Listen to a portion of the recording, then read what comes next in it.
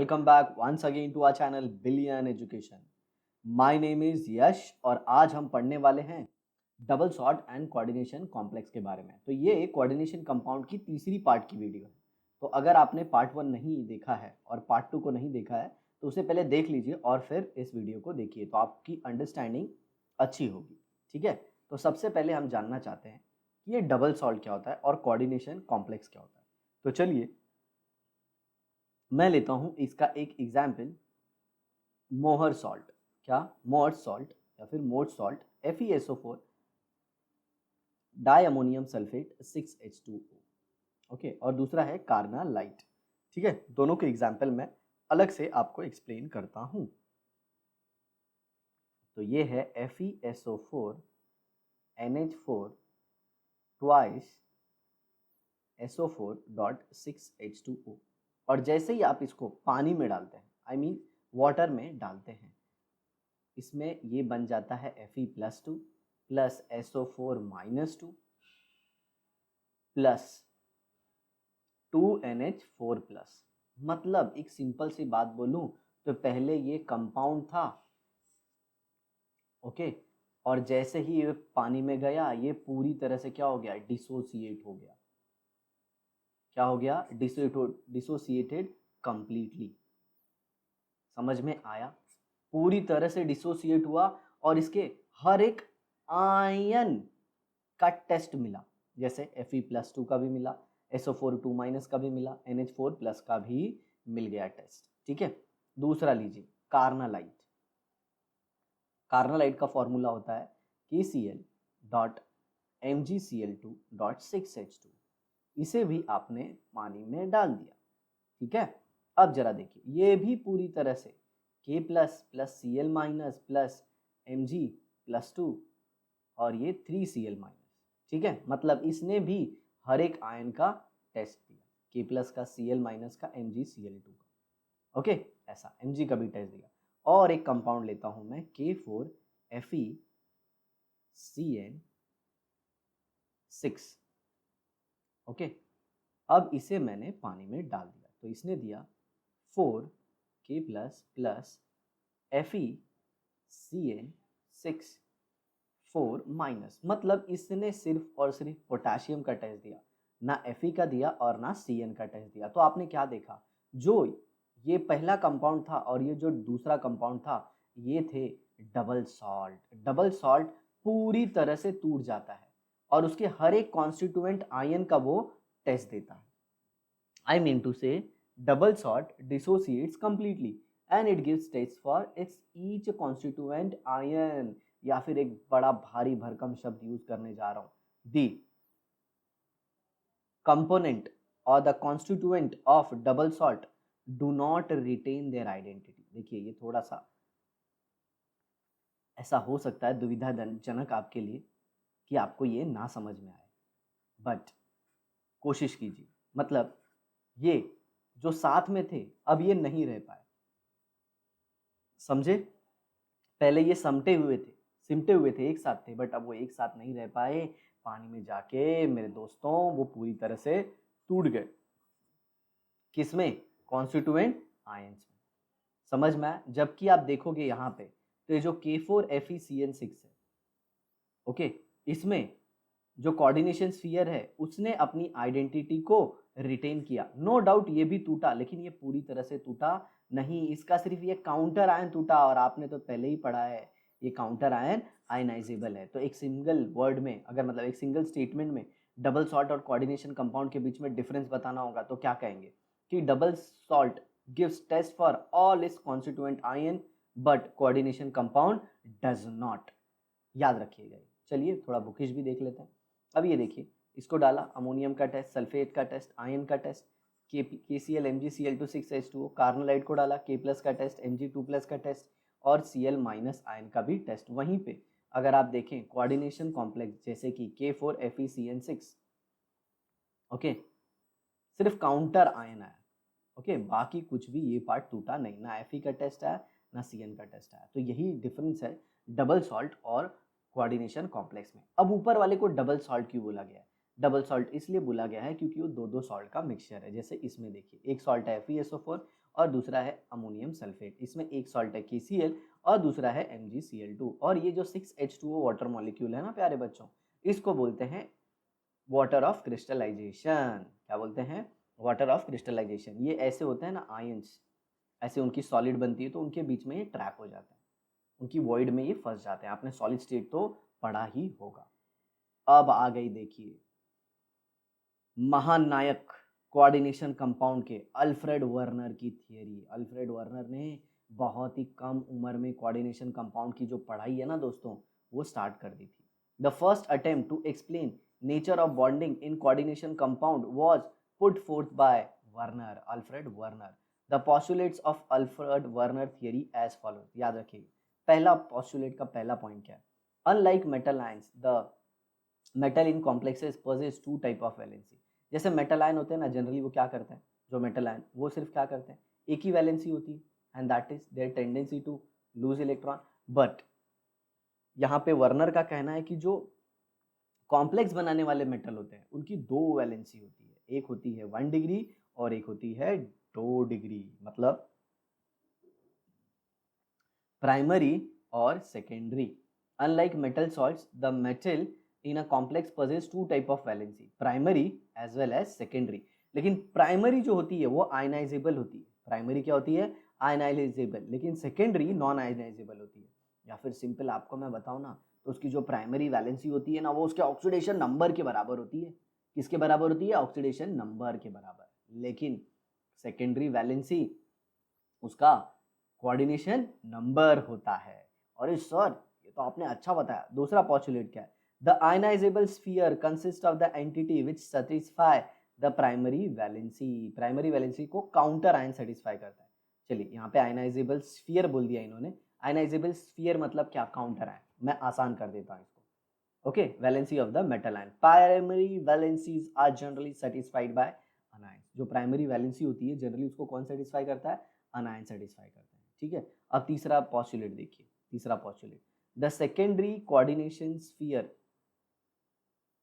consist of entities which satisfy the secondary valency are non-ionizable। मतलब जो primary valency satisfy करता है वो आयनाइजेबल होता है, जो सेकेंडरी वैलेंसी सेटिस्फाई करता है वो नॉन आयनाइजेबल होता है। तो मैं अगर आपको अंदर की बात बताऊं ना, तो जो सेकेंडरी वैलेंसी सेटिस्फाई करता है ना, वो कोऑर्डिनेशन स्फीयर के अंदर होते हैं, और जो प्राइमरी वैलेंसी को सेटिस्फाई करता है ना, वो अंदर भी होते हैं और बाहर भी होते हैं। लेकिन याद रखना, याद रखना, सिर्फ और सिर्फ कौन आयनाइज होते हैं? जो कोऑर्डिनेशन स्फीयर के बाहर होते हैं। अब यहाँ पे एक बहुत ही बड़ा मिस्टेक आता है कुछ बच्चों का।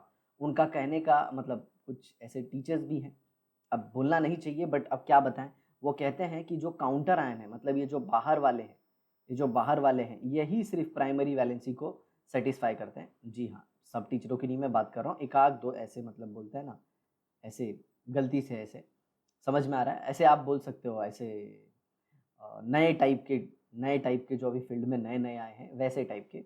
मैं हालांकि कुछ टीचर अगर मेरे देख रहे होंगे ये वीडियो तो प्लीज़ माफ़ी चाहूँगा मैं आपसे। ठीक है, यहाँ पे देखिए, आयनाइजेबल मतलब क्या? ये जो पूरा बाहर वाला है प्राइमरी वैलेंसी, ये पूरा हो जाएगा? बिल्कुल नहीं। प्राइमरी वैलेंसी मतलब जो मेटल की ऑक्सीडेशन स्टेट है उसको सेटिस्फाई करने के लिए जो आते हैं आयंस, मतलब लिगैंड, वो अंदर भी हो सकते हैं बाहर भी हो सकते हैं। मतलब वो अंदर भी होते हैं और बाहर भी होते हैं, याद रखना। और कोई ज़रूरी नहीं है कि प्राइमरी वैलेंसी जो सेटिस्फाई करता है वो सारे आयनाइजेबल होते हैं, उसमें से कुछ कुछ ही आयनाइजेबल होते हैं। और कुछ कुछ लिगैंड तो ऐसे होते हैं जो प्राइमरी को भी सेटिस्फाई करते हैं और सेकेंडरी को भी सेटिस्फाई करते हैं। प्राइमरी को भी सेटिस्फाई करते हैं और सेकेंडरी को भी सेटिस्फाई करते हैं। जनरली प्राइमरी जो होता है वो पॉजिटिव होता है, प्राइमरी वैलेंसी। तो चलिए समराइज करते हैं कि मेटल आयन की दो वैलेंसी होती है। ओके, नॉर्मल मेटल की तरह ही, नॉर्मल मेटल जैसे NaCl में Na है, MgCl2 में Me, ये नहीं। वो मेटल आयन जो कॉम्प्लेक्स बनाते हैं उनकी दो वैलेंसी होती है, प्राइमरी जो उनकी ऑक्सीडेशन स्टेट होती है और एक जो सेकेंडरी होती है जो उनका कोऑर्डिनेशन नंबर होता है। ठीक है, अब प्राइमरी वैलेंसी क्या होती है? Ionisable but not completely. यहाँ यही पॉइंट यहाँ पे इंपॉर्टेंट है। Primary valency is ionisable but पूरी तरह से नहीं। जैसे मान लीजिए, मैं आपको एक एग्जाम्पल ही दे देता हूँ। ठीक है, मान लीजिए ये Fe है और यहाँ पे NH4 और यहाँ पे आ गया ये 5Cl2 और यहाँ पे बाहर है Cl। ठीक है, चलिए एग्जाम्पल के माध्यम से देता हूँ। यहाँ पे Fe+3 है, ओके, तो ये Cl का कितना है -2, तो कोऑर्डिनेशन स्फीयर पे कितना चार्ज आएगा +1, तो +1 को स्टेबल करने के लिए ये Cl माइनस आया। तो अब जरा देखिए Fe का कितना था +3 में से 2 और किसने कम किया, इस Cl2 ने, तो बचा कितना 1, वो कोऑर्डिनेशन स्फीयर पे आया +1, तो उसको एक क्लोराइड आयन ने सेटिस्फाई कर दिया माइनस ने। तो यहाँ पे प्राइमरी वैलेंसी कितनी है Fe की +3 है, प्राइमरी वैलेंसी कितनी है +3, तो उसको किसने सेटिस्फाई किया, 3 क्लोराइड आयन ने, लेकिन उसमें से आयनाइजेबल कितना है, सिर्फ 1। तो यही मैं आपको बता रहा हूँ कि कोई ज़रूरी नहीं है कि प्राइमरी वैलेंसी सेटिस्फाई करने वाले सारे आयनाइजेबल होते हैं, कुछ ऐसे भी हैं जो आयनाइजेबल नहीं होते। आया समझ में। और सेकेंडरी वाला तो आप मान के चलो, सेकेंडरी वैलेंसी को जो सेटिस्फाई करते हैं वो नॉन आयनाइजेबल होते हैं, और वो हमेशा किसके अंदर होते हैं, कोऑर्डिनेशन स्फीयर। तो ये देखिए, ये NH4 और ये Cl2, ये दोनों नॉन आयनाइजेबल है, ओके, जो 2 क्लोरीन है। तो इसमें जो 2 क्लोरीन है ये दोनों काम कर रहे हैं, प्राइमरी को भी सेटिस्फाई कर रहे हैं और सेकेंडरी को भी। आगे देखिए, the secondary valency for metal ion are fixed, जो सेकेंडरी वैलेंसी होती है वो फिक्स होती है, and satisfied by either anion और न्यूट्रल लिगैंड, ओके। जो सेकेंडरी वैलेंसी होती है वो फिक्स होती है, जैसे आप यहाँ पे देख रहे हो ना, Fe में जो लिगैंड आए थे टोटल 6 थे, तो Fe का जो सेकेंडरी वैलेंसी है वो 6 है +3 स्टेट में। और वो भी कैसे आती है आगे चल के मैं आपको वो भी बता दूंगा, EAN रूल सीखेंगे, ये बताएगा कि कौन से मेटल आयन की सेकेंडरी वैलेंसी कितनी होती है, ठीक है। Number of secondary valency is equal to the coordination number. Number of secondary valency कितना होता है, कोऑर्डिनेशन नंबर, मतलब कितना, कोऑर्डिनेट कोवेलेंट बॉन्ड के बराबर। पोस्टुलेट 4 देखिए, the secondary valency have a fixed spatial arrangement around the central metal ion, मतलब वो स्पेस में एक प्रॉपर अरेंजमेंट रखते हैं। 2 spheres of attraction in the complex, okay, complex में 2 स्फीयर होते हैं। देखिए, ये कोऑर्डिनेशन स्फीयर हो गया, ये कोऑर्डिनेशन स्फीयर हो गया, और ये आयनाइजेशन स्फीयर हो गया। अब देखिए इसमें कोबाल्ट कितना है, +3 है, कोबाल्ट +3 है, तो पूरे +3 को इसी ने सेटिस्फाई किया है। तो क्लोराइड क्या सेटिस्फाई कर रहा है, सिर्फ और सिर्फ प्राइमरी वैलेंसी, और यहाँ पे अमोनिया क्या सेटिस्फाई कर रहा है, सेकेंडरी वैलेंसी। और ये तीनों क्लोराइड क्या है, आयनाइजेबल, क्योंकि ये कहाँ है, ये कहाँ है, ये कोऑर्डिनेशन स्फीयर के बाहर है। अब कुछ बच्चों का ये भी डाउट आता होगा, सर ये कैसे पता चलता है कि कौन सा आयन निकलेगा पानी में बाहर, कौन सा आयनाइजेबल है और कौन सा नहीं है। तो देखिए, इसका जो स्टडी है ना, ये हम लोग करते हैं कोलिगेटिव प्रॉपर्टी से। किससे, कोलिगेटिव प्रॉपर्टी, आपको पता है ना, elevation in boiling point, depression in freezing point, आप सबने पढ़ा होगा, उससे इसका हम लोग पता करते हैं। तो इसमें टोटल कितने आयन मिलेंगे पता है आपको, यहाँ पे टोटल कितने आयन मिलेंगे, 4। 3 तो क्लोराइड Cl माइनस आयन मिलेंगे, और एक मिल जाएगा आपके कोऑर्डिनेशन स्फीयर वाला, जिसके ऊपर क्या चार्ज होगा वो मैं आपको बता देता हूँ।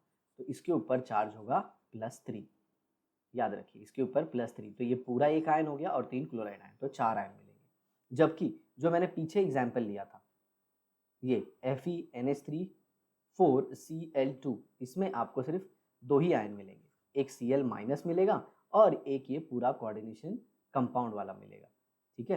कौन सा, वो मैं अभी आपको बता देता हूँ, ओके। यहाँ पे देखिए, ये N भी लगता है मिट गया, तो चलिए कोई बात नहीं, उसे लिख देता हूँ मैं। तो यहाँ पे आ जाएगा NH3 और ये Fe, कलर चेंज कर लेते हैं ताकि अच्छे से दिखे, ब्लैक ले लेते हैं। तो ये देखिए NH3 4Cl2, यहाँ पे Fe, ये स्क्वायर ब्रैकेट, एक बाहर का क्लोरीन तो गया और पूरे के ऊपर +1 चार्ज, तो ये एक पूरा और ये 2 क्लोराइड आयन, तो इसमें 3 आयन मिलेंगे, ठीक है। ये जो अंदर जो क्लोरीन है 2, ये आयोनाइज नहीं होंगे। सर आप इतने टाइम से यही क्यों एक्सप्लेन कर रहे हो, अरे ये बहुत इंपॉर्टेंट चीज़ है, समझने वाली चीज़ है, बहुत सारे बच्चे इसमें मिस्टेक करते हैं। आगे देखिए, remember, when a complex is brought into solution, it does not dissociate into simple metal ions. When CONH3 6Cl3 is dissolved in water, it does not give the test for CO3 and ammonia. बताओ क्यों, क्योंकि ये coordination sphere के अंदर है, और आगे चल के आप बहुत सारी थियरी पढ़ोगे इसके लिए कि क्यों अमोनिया और कोबाल्ट अपना टेस्ट नहीं देते, जबकि ये 3 क्लोराइड आयन अपना टेस्ट देते हैं। However, on reducing with AgNO3, a curdy white precipitate of AgCl corresponding 3 moles is observed. अब 3 मोल AgCl क्यों मिला, आपने तो AgNO3 यूज किया, और AgNO3 भी किस में यूज किया, आपने एक्सेस ऑफ AgNO3 यूज किया, तो ये देखिए ये रिएक्शन है। ओके, यहाँ पे देखिए ये AgNO3 है, इसने किसके साथ रिएक्शन किया, Cl माइनस आयन के साथ। ओके, ये तो एक्सेस में है, तो ये क्या दे देगा, AgCl प्लस NO3 माइनस। समझ में आ रहा है, अगर ये 3 है तो 3 मोल्स ऑफ AgCl मिलेंगे। क्यों पता है, ये रिएक्शन में ये प्रेसिपिटेट बनता है और यही इस रिएक्शन को फॉरवर्ड लेके जाता है। तो इसने क्या बताया, इस रिएक्शन में AgNO3 का जो रिएक्शन हुआ 3 क्लोराइड आयन के साथ, इसने क्या बता दिया कि इसके अंदर 3 moles of Cl minus free state में है। मतलब टोटल जो काउंटर आयन बने इसमें वो 4, 3 तो Cl माइनस और एक कोऑर्डिनेशन स्फीयर के अंदर स्पीशीज के साथ, और वो क्या होगा CONH3 6 प्लस 3। ठीक है, CONH3 कितना आएगा, चलिए थोड़ा क्लियर ही लिख देते हैं, नहीं तो नीचे कमेंट बॉक्स में लिख देंगे अरे सर थोड़ा क्लियर तो लिखा करो। तो ये हो जाएगा CONH3 6 प्लस 3। आ समझ में, चलिए आगे देखते हैं। Problem 9.1, 1 mole of a purple colour, purple colour, हाँ सर पर्पल नहीं पर्पल होता है, ओए पता है मुझको। 1 मोल देखिए COCl3 and ammonia on treatment with access of AgNO3 produces 2 moles of AgCl। देखिए यहाँ पे हिंट दे दिया है 2 मोल, मतलब 2 Cl को बाहर रखना है। What is the formula of the complex if the coordination number of CO is 6। CO का कोऑर्डिनेशन नंबर कितना है 6, देखो 6 मतलब अंदर 6 लिगैंड अपने को रखना है, लेकिन क्लोरीन कितने रखने होंगे, बाहर 2। ओके, तो क्लोरीन टोटल कितने हैं 3 है ना, तो एक अंदर क्लोरीन आ जाएगा। तो देखो यहाँ पे इसका फॉर्मूला हो जाएगा CONH3 5Cl और बाहर आ जाएगा Cl2। क्यों सर, आपको कैसे पता चला, अरे भाई उसने बोला ना कि 2 मोल AgCl मिले हैं, और 2 मोल AgCl मिले हैं तो क्या 2 Cl बाहर होंगे।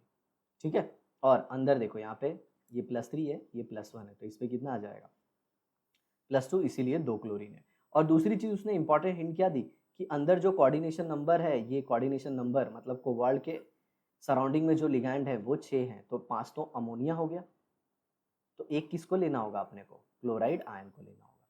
ठीक है, तो ये भी बड़ा आसान सा क्वेश्चन था। चलिए आगे देखते हैं। 1 मोल ऑफ ग्रीन कलर, देखिए यहाँ पे green colour COCl3 and ammonia on treatment with excess of AgNO3, मतलब AgNO3 भरमार है लेकिन सिर्फ 1 मोल AgCl मिला। हाँ सर मैं समझ गया, एक Cl माइनस बाहर है और इसमें भी कोऑर्डिनेशन नंबर 6 दिया है, तो अब अंदर क्या हो जाएगा, 2 क्लोरीन चला जाएगा, और अमोनिया तो बहुत सारा है, अमोनिया भी आएगा। तो सर इसका फॉर्मूला तो मैं भी बता सकता हूँ, आप देखो सर इसका फॉर्मूला आएगा CONH3 4Cl2 और यहाँ पे बाहर आ जाएगा ये Cl2 है, तो ये हो गया Cl2 और एक Cl माइनस आयन जो है वो बाहर आ गया। तो देखो यहाँ पे कितना मोल बनेगा, 1 मोल AgCl बनेगा। ठीक है, और अंदर इसका कोऑर्डिनेशन नंबर कितना हो गया 4 + 2 6। अब देखिए यहाँ पे कोबाल्ट +3 था, ये क्लोरीन -2, +3 - 2 कितना बचा +1, तो +1 को सेटिस्फाई करने के लिए एक Cl माइनस आ गया। ठीक है साथियों, चलिए आगे देखते हैं। तो ये हो गया इसका फॉर्मूला।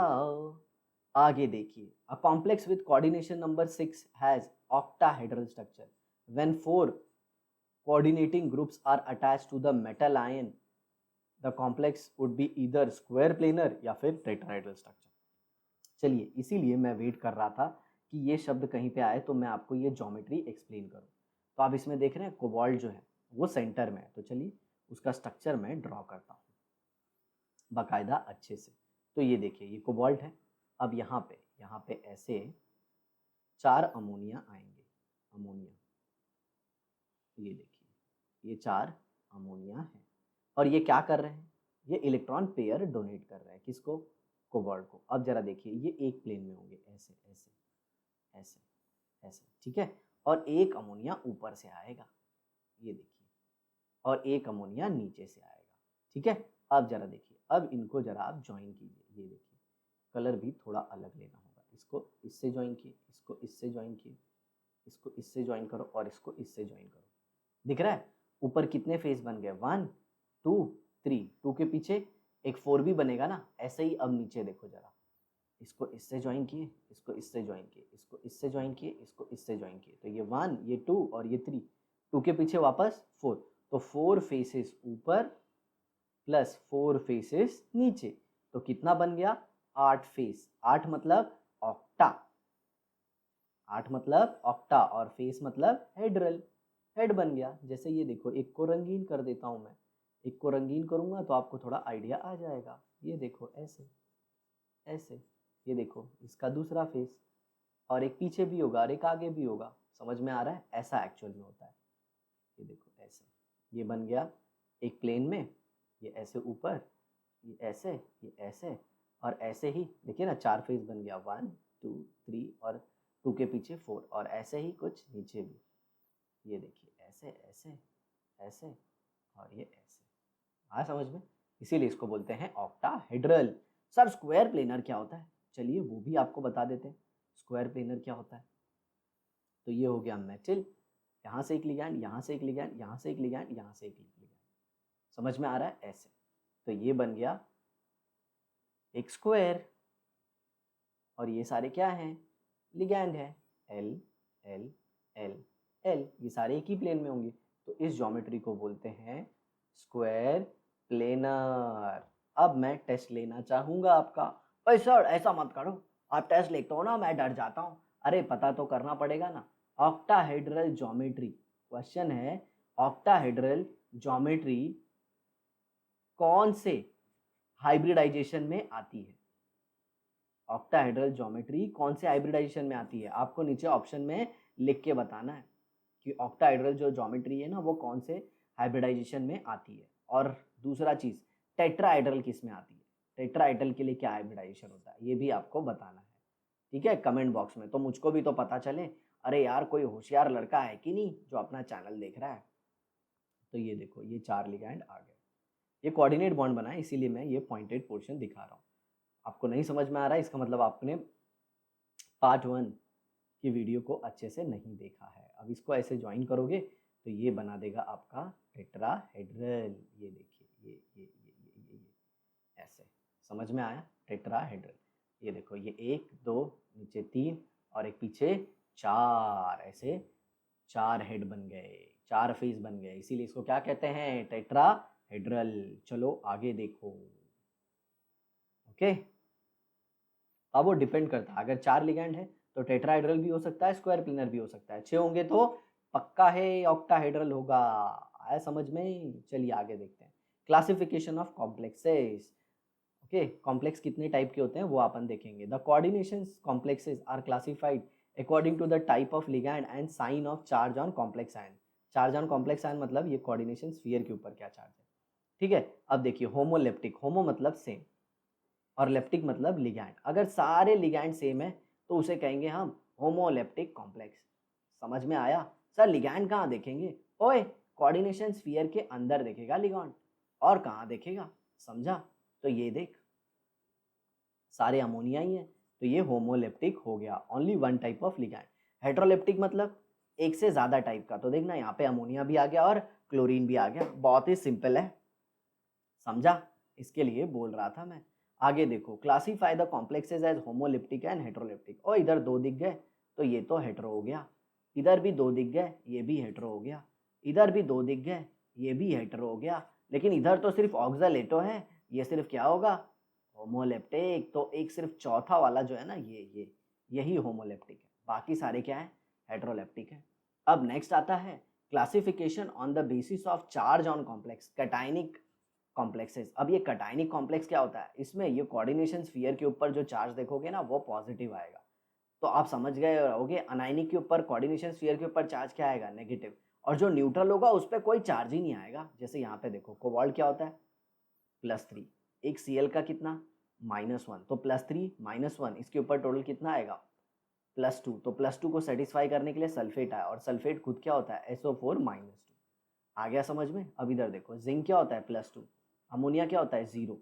समझ में आ रहा है? तो जिंक का 2, इधर देखो जिंक का 2 + 4 अमोनिया का 0, टोटल चार्ज क्या आ जाएगा इसके ऊपर? कोऑर्डिनेशन स्फीयर के ऊपर, बताओ जल्दी। 2 आ जाएगा, तो +2 यहाँ पे है। ये देखिए, ठीक है। अब इसमें देखिए, कोबाल्ट वापस कितना +3, एक क्लोरीन, -1 तो +2 चार्ज आया, और +2 चार्ज को किसने बैलेंस किया, सल्फेट ने। अनायनिक का मैंने आपको बता दिया, कोऑर्डिनेशन स्फीयर पे क्या चार्ज आएगा, नेगेटिव आएगा। ये देखो नेगेटिव आया, कैसे, एक निकल का कितना होता है +2, +4 है, साइनाइड एक साइनाइड का कितना -1, तो +2 -4 -2, देखो यहाँ पे -2। अब यहाँ पे देखो एक Fe का कितना होता है +3, और टोटल कितना, सर आपको कैसे पता चला +3 आएगा, ओ x ले ले, k का कितना होता है 3 इंटू +1 प्लस Fe का x ले, टोटल Cn कितने हैं 6, हर एक Cn का -1, टोटल क्या हो गया 0। अब इसको सॉल्व करेगा ना तो x की वैल्यू +3 आएगी, तो Fe +3 हो गया, एक Cn का कितना -1, टोटल कितने Cn है 6, तो टोटल चार्ज क्या आ जाएगा -3, तो इसके ऊपर -3 है, और इस -3 को बैलेंस करने के लिए K3 आया है। तो याद रखना इसके चार्ज के ऊपर डिसाइड करते हैं, कोऑर्डिनेशन स्फीयर के ऊपर क्या चार्ज है ना, इसके ऊपर डिसाइड करते हैं कि वो कटायनिक है या अनायनिक है। न्यूट्रल में तो कोई चार्ज ही नहीं आएगा, देख बेटा इसमें प्लैटिनम +2 था और क्लोरीन भी अंदर आ गया -2, तो इस पे चार्ज क्या हो गया 0।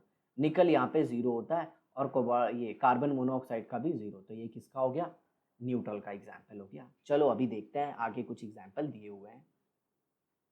Classify the complexes as cationic, anionic और न्यूट्रल। तो ये देखो यहाँ पे सिंपल दिख रहा है, ये पॉजिटिव है मतलब ये नेगेटिव आएगा। सर बता तो दो कितना नेगेटिव आएगा, यहाँ पे Fe+2 है, Fe क्या है +2, कैसे पता चलेगा, चलो 4 Na है, हर एक Na का +1 प्लस Fe का x ले लिए, plus Cn 6 into -1, total solve करो कितना आ जाएगा, सर यहाँ पे x की वैल्यू आ जाएगी 4, और टोटल का ये जो चार्ज है, चलो यहाँ पे तो हम लोग x का वैल्यू ढूंढ रहे हैं ना, तो जो टोटल चार्ज है कॉम्प्लेक्स के ऊपर इसको क्या लोगे 0 लोगे, और फिर आगे सॉल्व करोगे तो आपको x का वैल्यू कितना आ जाएगा +2 आ जाएगा। सर लेकिन कभी कभी आप 0 नहीं लिखते बेटा, जब अंदर का ढूंढता हूँ ना तब 0 नहीं लिखता। जब Fe का ले लिया मैंने, क्या पता किया ना अभी कितना है +2 है, और एक Cn का कितना है -1, तो टोटल कितना हो गया, टोटल कितना हो गया -4, और उस -4 को बैलेंस करने के लिए 4 है, तो ये अनायनिक हो गया क्योंकि इसमें कोऑर्डिनेशन स्फीयर पे -4 आया। अब ये देखिए यहाँ पे CONH3Cl2, ये Cl2 बाहर जाएगा, ओके, ये Cl2 क्या जाएगा, बाहर जाएगा, और इसमें कोबाल्ट के ऊपर चार्ज क्या आएगा +2, तो ये कोऑर्डिनेशन स्फीयर पे भी +2 चार्ज है, तो ये कटायनिक हो गया। क्या हो गया, कटायनिक। सर मुझे कैसे पता चलेगा कि कोबाल्ट के ऊपर +2 चार्ज है, तो चलो देखो बेटा यहाँ पे ये क्या है,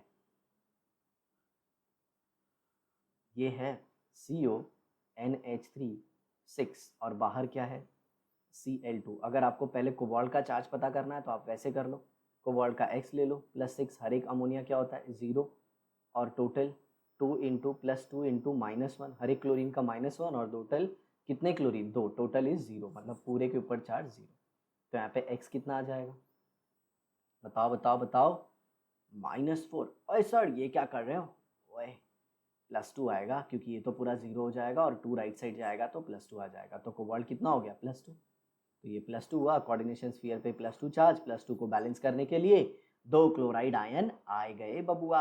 आगे देखो CrH2O2 C2O4 मतलब ऑक्जेलेटो है, तो इसको ऐसे बाहर लेते हैं, ठीक है, तो ये तो दिख रहा है 3- है, कैसे 3- है, देखो यहाँ पे जो क्रोमियम है, यहाँ पे जो क्रोमियम है इसका ऑक्सीडेशन स्टेट जो है वो +1 है, और ये ऑक्जेलेटो का एक का -2 इंटू 2 -4 प्लस 1, टोटल कितना आ गया -3। ये देखिए PtCl2En ट्वाइस, तो अब देखिए प्लैटिनम का ऐसा होगा PtEn ट्वाइस और Cl2 बाहर आ जाएगा, तो प्लैटिनम इसमें क्या है +2। चलिए ये एग्जाम्पल थोड़ा अलग से बताता हूँ, ये है PtEn ट्वाइस और ये आगे है Cl2। अब देखिए इथिलीन डायमाइन एक न्यूट्रल लिगैंड है, क्या है न्यूट्रल लिगैंड।